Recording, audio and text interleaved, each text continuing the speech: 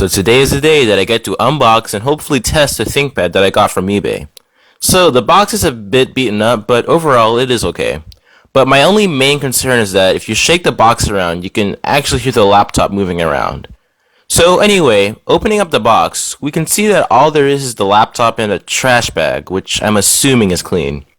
No AC adapter or anything. Well, I guess the seller actually thinks it doesn't work, so that's probably why.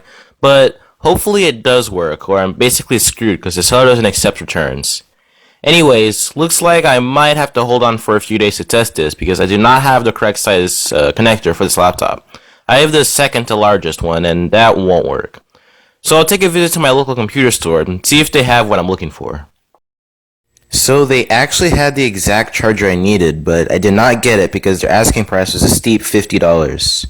To cut them some slack, it was a genuine Lenovo product, but that almost cost me more than the laptop. So hard pass. Instead, I'll order a super cheap AC adapter from Walmart or something like that. Then I'll test the ThinkPad with that. I know you get what you pay for, but I first need to see if the darn thing works before I start spending money on it. So yeah. Anyways, I wish I just asked them to test it, but oh well.